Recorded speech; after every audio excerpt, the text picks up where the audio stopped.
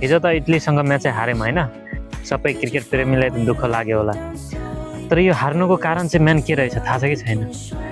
Main हार्नुको कारण नि केटाहरूको एटिट्युड के। अब एटिट्युडै म भन्छु होइन, इङ्ल्यान्डसँग त्यस्तो म्याच खेलिसकेपछि नि उनीहरूको भित्र एउटा घमण्ड आयो क्या। हामी त अब इटलीलाई जसरी पनि जितिहाल्छौँ भनेर होइन, पुरा मतलब रिल्याक्स भइगयो अनि मजाक मस्ती भयो होला। अब इङ्ल्यान्डसँग त्यस्तो खेलिसकेपछि त इटली भयो स्कटल्यान्ड भयो हाम्रो लागि त केही हुनेवाला छैन भनेर केटाहरू त्यस्तो सोच्यो होला होइन। यो घमण्डले खायो क्या उनीहरूलाई।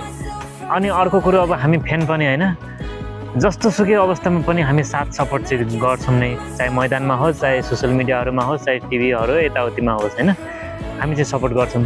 अनि त्यो देखेर पनि उनीहरूको एउटा अर्कै भयो क्या, हाम्रो त अब फ्यान होइन जहाँ पनि पुगिहाल्छ, आइहाल्छ सपोर्ट गर्न। आइहाल्छौँ नि यार, हाम्रो त माया छ नि त देशको लागि होइन।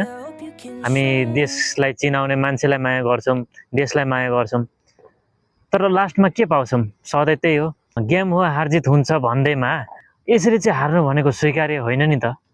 गेम हो हार्छ होइन, माने इङ्ल्यान्डसँग त हार्यो त, अनि त्यही पनि सबैले तारिफ गर नि त होइन। दुःख लागेको थियो तर पनि सबै त खुसी थियौँ नि, दुनियाँले कुरा गर्दै थियो। तर के भयो त, इङ्ल्यान्डसँग त्यस्तो खेलेर इटलीसँग होइन, इटली जस्तो टिमसँग त्यसरी लाजै पचाउने खालको एकदम गेम खेलिसकेपछि त यस्तो हारलाई स्वीकार्नु र? त्यही हो क्या, हार्नुको मेन कारण चाहिँ केटाहरूको एटिट्युड होला क्या। तिनीहरूभित्र घमण्ड भएको होइन, त्यही घमण्डले चाहिँ डुबायो हिजो।